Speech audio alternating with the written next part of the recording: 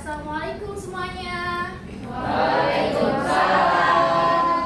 Wah, kayaknya rumah-rumahnya udah pada mulai ngantuk nih siang-siang begini. Bu, jangan Bu. Pelajaran ketiga, Bu. Keempat, kelima. Kita harus tetap semangat ya. Ini pelajaran terakhir nih. Semangat, Bu. Oke, gimana nih kabarnya sebelumnya? Baik Gimana saja. liburan kemarin? Udah 2 minggu kan kalian liburan? Happy nggak?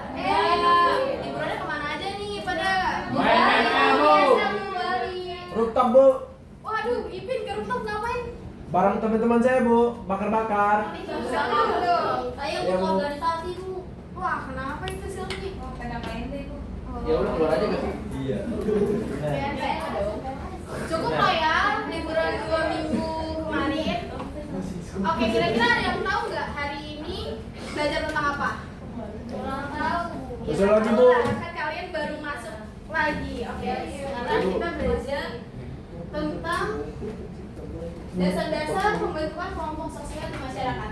Oke, sebelum kita mulai pembelajaran, ketua kelasnya boleh dipersiapkan dulu nggak? Ketua kelas. Ketua kelas. Oke. Mari kawan-kawan. Mari kawan-kawan. Bersiap. Sebelum kita masuk pembelajaran, mari kita berdoa. Menurut kepercayaan masing, berdoa dimulai. Berdoa selesai. Memberi salam. Assalamualaikum warahmatullahi wabarakatuh. Oke, terima kasih ketua kelas. Nah, sebelum kita mulai, Ibu mau absen dulu ya.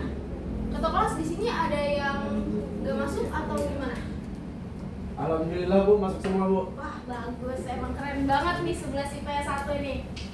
Boleh tepuk tangan dulu dong. Oke. Kita mulai ya pembelajarannya. Oke, sebelumnya ada yang tahu nggak sih apa itu kelompok sosial? Oke, apa kelompok sosial itu apa sih, Risma? Organisasi, Bu, karena kelompok sosial itu kan sekumpulan orang-orang, jadi bisa disebut organisasi. Oke, ada lagi yang mau ngasih tahu kelompok sosial itu apa? Saya, Bu, Boleh, Alia. biasanya kita ada geng sama circle gitu, Bu. Wah, siapa nih? Masih dia punya circle gitu. Ini Bu dapat tangan Bu. Enggak, saya mau jawab. Oh, oke, Rido boleh. Apa tuh, Dok? Komunitas Bu. Oke, komunitas apa, Dok? Komunitas ibu-ibu sang. Astaga. Apa sih, Mas? Boleh. Oke, saya, Bu.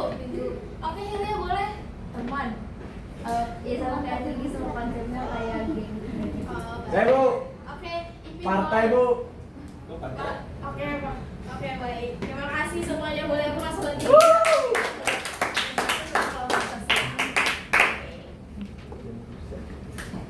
Nah, kelompok sosial dapat didefinisikan sebagai kelompok individu yang memiliki interaksi sosial secara teratur, berbagai kesamaan tujuan, nilai, norma, dan saling memengaruhi satu sama lain.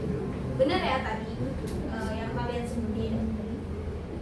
Lalu kalau kita lihat ini tuh kenapa sih ada di materi kelompok sosial? Ada yang bisa tebak? Kenapa ada di kelompok keluarga di sini? Kenapa? Suka dalam kelompok sosial terkecil.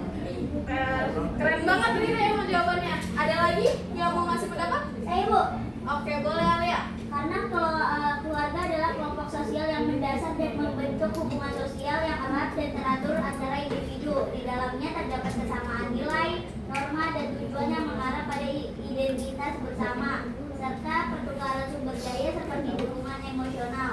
Keluarga juga berperan dalam membentuk identitas sosial individu dan menjadi fondasi dalam sosialisasi serta perkembangan anggota dalam masyarakat. Wah, keren banget Alia. Jawabannya komplit banget, benar banget nih. Keluarga adalah unit terkecil dari masyarakat yang termasuk kelompok sosial. Lalu ini ada definisi menurut para ahli. Yang pertama itu ada Sojono Sukarto, yaitu kelompok sosial adalah kesatuan manusia yang hidup bersama dengan berhubungan timbal balik. Lalu ada Wilovicky, yaitu kelompok sosial adalah unit yang terdiri dari 2 orang atau lebih yang saling berinteraksi.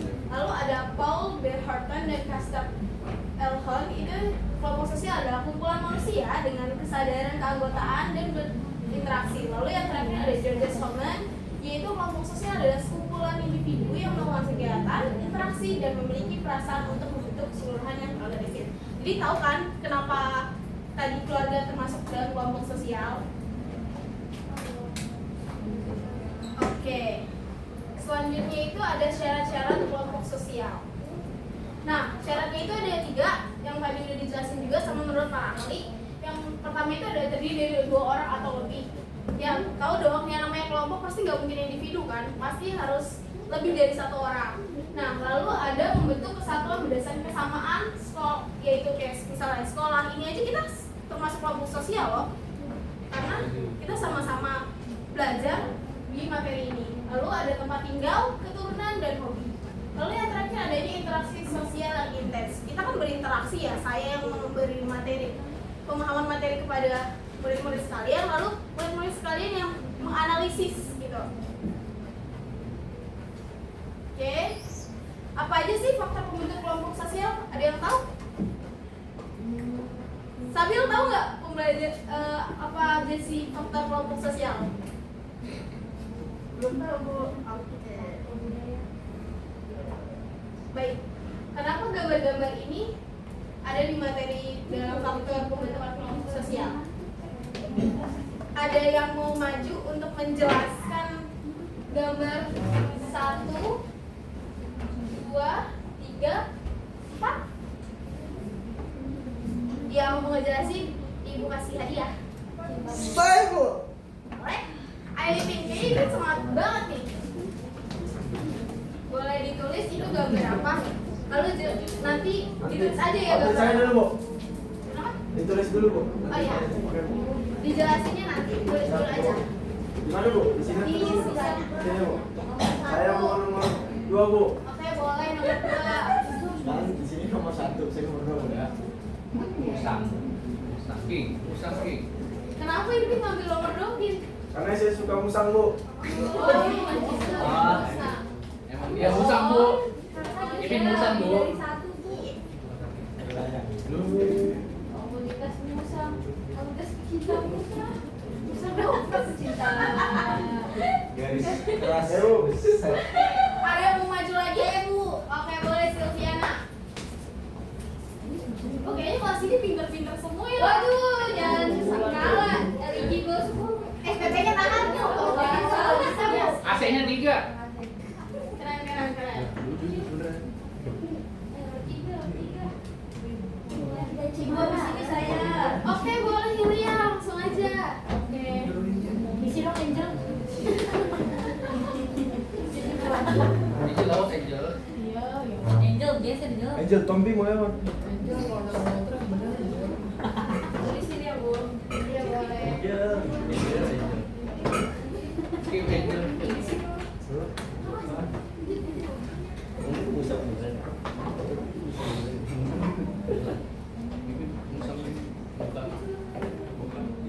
Oke. Ini yang terakhir ada yang mau maju nggak? Saya. Oke, boleh. Ginola. Terus apa sih itu? Itu bawa padi kayak sebuah habis hasil panen.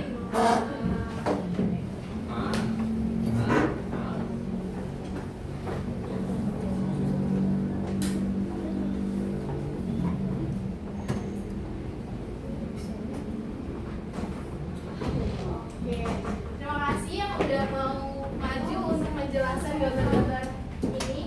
Bener banget ya, yang pertama itu ada gambar keluarga, bisa kita lihat sendiri ada ibu, ada ayah, ada 2 anak. Lalu yang kedua itu ada komunitas musang lovers garis keras, karena kita bisa lihat di sini ada musang. Terus yang ketiga itu ada gambar ibu-ibu pengajian. Lalu yang keempat itu ini adalah gambar hasil panen dari warga-warga desa. Lalu kalau kalian tahu sudah wiwitan, nah mereka itu setelah panen itu mereka mengumpulkan hasil panen mereka gitu. Ibaratnya kayak mereka ucap rasa syukur terhadap alam. Oke. Belum. Ada yang mau ngejelasin nggak kenapa gambar-gambar ini termasuk dalam faktor tadi? Tadi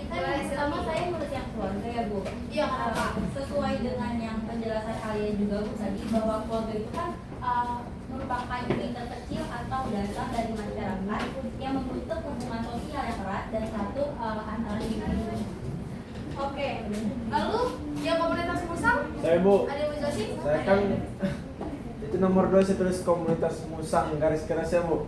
Nah di situ mereka itu termasuk kelompok sosial karena mereka itu memiliki minat dan kecenderungan yang sama Bu terhadap hewan yang sama, dan mereka membentuk kelompok tersebut di kelompok mereka itu mereka berbagi ilmu bagaimana cara buat mandiin musang, merawat musang Bu. Nah seperti itu mereka selalu berbagi tentang ilmu hewan tersebut Bu. Seperti Oke. itu, Bu. Lalu yang ketiga ibu-ibu pengajian ada yang bisa ngejelasin nggak kenapa? Saya Bu tadi yang nulis pengajian ya, ibu saya kan juga ikut pengajian majelis taklim gitu Bu. Terus saya sama gitu gambarnya. Terus menurut saya itu kenapa menjadi kelompok sosial karena mereka berkumpul secara teratur untuk melakukan kegiatan bersama, yaitu mengaji, terus berdiskusi tentang agama dan saling memberikan dukungan juga. Mereka memiliki interaksi sosial yang intens, berbagi kesamaan tujuan yaitu meningkatkan pengetahuan atau memperdalam ilmu agama dan saling mempengaruhi satu sama lain gitu Bu. Keren banget gitu ya. Kalian juga ikut pengajian? Nah, ngaji mah ya Bagus ya, bisa bantu ibu ya. Lalu yang keempat? Saya Bu, saya tahu Bu. Original. Kenapa Ya, tuh no? kenapa saya bisa tahu? Karena saya juga bagian dari masyarakat adatnya itu Bu. Wah keren Jadi, banget Gino. jadi upacara Seren Tahun itu ke dalam faktor penduduk yang membentuk kelompok sosial karena melibatkan interaksi sosial yang intens antara penduduk yang tinggal di daerah atau desa tersebut. Jadi upacara ini tuh menjadi apa ya, momen di mana penduduk itu berkumpul berkumpul untuk menghormati tradisi dan mengucapkan rasa syukur dari hasil panen yang mereka hasilkan gitu. Oke, terima kasih. Beri plus dulu dong buat kalian yang udah berani maju. Bu saya izin minum dulu Bu. Maaf Pipin, di kelas ini kan dilarang makan dan minum. Oh iya maaf Nanti Bu. saja ya. Ya, Bu. Oke. Tadi udah dijelasin sama teman-teman kalian ada. Nah, di sini tuh faktor pembentuk kelompok sosial itu yang pertama ada kesamaan genealogi, yaitu ikatan darah seperti keluarga atau marga. Nah, udah dijelasin ya tadi sama Silvi. Terus ada kesamaan geografis. Kesamaan geografis ini terbagi menjadi dua, yaitu berdasarkan wilayah tempat tinggal saat ini dan berdasarkan wilayah asal. Nah, kalau berdasarkan tempat tinggal saat ini, kalian pasti pernah dong dengar kayak anak rantau. Nah, anak rantau itu pasti kan menyesuaikan tempat tinggal mereka dong. Oke, nah terus yang kedua itu ada berdasarkan wilayah asal. Nah, kalian pernah nemu paguyuban gitu nggak? Kayak misalkan kita kan di Jakarta nih, pernah lihat kayak komunitas, kayak misal dari komunitas paguyuban Karanganyar gitu, yang mereka tuh berkumpul dari satu wilayah yang sama gitu, terus membuat komunitas. Ada Bu. Ada di rumah Elin. Komunitas apa tuh Bu? Paguyuban arisan. Oh, oke. Lalu ada kesamaan kepentingan tadi yang ditulis sama Ipin, ada kepentingan hobi. Nah, ini karena mereka hobi musang, jadi mereka buat komunitas, buat sharing gimana sih cara merawat musang, gimana sih cara biar musang itu bisa branding sama kita. Lalu yang keempat itu ada kesamaan keyakinan atau agama yang udah ditulis sama Hilya. Di sini itu contohnya agama Islam ya, berdasarkan agama atau keyakinan yang sama. Lalu ada ciri-ciri kelompok sosial. Nah, di sini ada interaksi sosial yang berkelanjutan, membangun hubungan erat dan saling memahami. Lalu yang kedua ada kesamaan tujuan atau minat, yaitu menciptakan identitas bersama dan fokus pada tujuan bersama. Lalu yang keempat adanya norma dan aturan bersama, yaitu mengatur perilaku anggota dan memberikan pendomaan. Yang terakhir ada pertukaran sumber daya, yaitu meningkatkan kesejahteraan anggota dan menciptakan ketergantungan. Lalu di sini ada tipe-tipe kelompok sosial menurut para ahli. Yang pertama itu ada menurut Emil Durkheim. Nah, Emil Durkheim ini dibagi menjadi dua tipe. Yang pertama itu ada solidaritas mekanik dan solidaritas organik. Nah, solidaritas mekanik ini tidak ada pembagian kerja. Kalau kalian tahu, contohnya nih ya, orang-orang gereja yang setiap hari Minggu ada yang, mohon maaf, ada yang manis di sini. Nah, kalian pasti kalau hari Minggu ada kebaktian kan? Nah, itu termasuk solidaritas mekanik. Lalu yang kedua itu ada solidaritas organik. Ada pembagian kerja dengan fungsi yang berbeda. Jadi, ingat kalau organik itu berarti dia punya fungsinya masing-masing. Jadi, ya kerjaan lo, kerjaan gua gitu. Lalu yang kedua ada menurut Ferdinand Tönnies, yaitu yang pertama itu Gesellschaft, yaitu termasuk ke dalam patung bayan. Pernah ada yang dengar patung bayan? Oke. Nah, Gesellschaft ini itu termasuk kelompok formal, hubungan tidak dekat. Contohnya itu kayak rekan kerja. Lalu ada Gemeinschaft, itu hubungan informal biasanya berdasarkan daerah atau daerah. Lalu ada tipe-tipe kelompok ini ada skala Schwarz, itu sama kayak yang tadi. Primer yaitu contohnya adalah keluarga, dan sekunder itu contohnya adalah rekan kerja. Lalu ada Pesorokkin yaitu sosiologi dari Amerika, yaitu ada vertikal dan horizontal. Vertikal itu strata berbeda di mana itu bangsa-bangsa, yaitu ada bangsa India dan bangsa Cina. Lalu ada horizontal yaitu status yang sama, di mana itu contohnya adalah para pekerja. Lalu ada menurut Giddens ini juga dari sosiolog dari Amerika, yaitu genetik yaitu keluarga, dan konfederasi itu kelompok sukarela. Lalu ada menurut Sumner itu ada in-group dan out-group. Nah, in-group itu hubungannya akrab dan kerjasama, lalu yang out-group itu hubungan antagonis dan kebencian. Lalu yang terakhir itu ada menurut Giddens itu tidak sosial. Yang pertama itu ada tidak sosial, yaitu hidup untuk diri sendiri. Lalu yang kedua ada pseudo sosial, yaitu berpartisipasi untuk keuntungan diri sendiri. Jadi mereka itu masuk ke dalam komunitas yang besar, tapi mereka tuh mengambil manfaat untuk dirinya sendiri gitu. Lalu yang ketiga ada antisosial, yaitu bekerja melawan kelompok besar. Dan yang terakhir ada prososial, yaitu kebalikan dari antisosial, yaitu bekerja untuk kepentingan masyarakat besar. Lalu ada fungsi kelompok sosial dalam masyarakat. Ada yang mau baca? Saya mau baca. Boleh, Risma? Fungsi kelompok sosial dalam masyarakat itu yang pertama ada identitas sosial yang menentukan bagaimana individu dilihat oleh diri sendiri dan masyarakat. Terus yang kedua itu ada sosialisasi, itu menyampaikan norma, nilai, dan keterampilan budaya. Terus yang ketiga ada dukungan emosional, memberikan dukungan emosional dalam situasi suka atau duka. Terus yang keempat ada keamanan dan perlindungan, yaitu menciptakan lingkungan yang dapat diakses. Terus yang kelima ada pertukaran sumber daya, yaitu memfasilitasi pertukaran informasi, keahlian, atau dukungan ekonomi. Oke, terima kasih Risma. Oke, mungkin sekian materi yang Ibu sampaikan, kurang lebihnya mohon maaf. Apakah ada pertanyaan dari materi kali ini? Saya Bu, Oke, boleh Rini. Apa tuh? jadi apakah ada contoh kelompok sosial yang terbentuk di dunia virtual seperti dalam permainan atau platform virtual reality, dan bagaimana mereka mempengaruhi interaksi sosial dan identitas penggunanya di dunia nyata? Oke, pertanyaan cukup bagus ya dan menarik. Nah, ada yang mau bantu jawab? Gak ada? Oke. Jadi pertanyaan ini, apa sih hubungan perkembangan virtual dengan realita gitu? Nah, dari kalau kita ambil contoh di sini pasti banyak yang suka main ML dong. Iya Bu. Karena saya suka lihat tuh manusia-manusia atau mahasiswa-mahasiswa atau siswi-siswi yang suka main Mobile Legends. Nah, itu tuh biasa mereka buat komunitas tuh atau grup lah istilahnya buat mabar. Nah, mereka pasti di sana kan berbagi cara gimana sih tipsnya make hero-hero di sana, terus gimana caranya untuk menyesuaikan jadwal untuk bermain mereka. Nah, karena mereka juga berkomunikasi di dalam game itu, pasti mereka juga akan terbawa dalam ke dunia nyata, dimana yang tadinya mereka introvert mungkin menjadi extrovert gitu. Oke, mungkin begitu aja sih Rini. Oke, apakah ada yang mau membuat kesimpulan dari materi kali ini? Saya Bu. Oke, Ridho boleh. Oke, jadi kesimpulannya itu kesamaan genealogis, geografis, kepentingan dan keyakinan itu mempengaruhi pembentukan kelompok sosial dalam masyarakat. Kelompok sosial seperti keluarga dan komunitas berbasis minat memainkan peran penting dalam membentuk hubungan sosial, memperkuat identitas, dan memfasilitasi pertukaran sumber daya. Melalui interaksi sosial yang intens, kelompok sosial menciptakan norma, nilai, dan tujuan bersama yang menjadi dasar kohesi dalam masyarakat. Memahami peran kelompok sosial membantu kita memahami dinamika sosial dalam masyarakat. Oke, terima kasih Ridho atas kesimpulannya. Oke, mungkin pembelajaran kali ini sampai sini aja. Mohon maaf kalau Ibu ada kekurangan atau hal yang nggak bisa Ibu jelasin, kurang lebihnya mohon maaf. Wassalamualaikum warahmatullahi wabarakatuh. Waalaikumsalam warahmatullahi wabarakatuh. Oh iya, buat yang tadi udah jawab, boleh ya ke ruangan Ibu ambil hadiahnya. Terima kasih semuanya.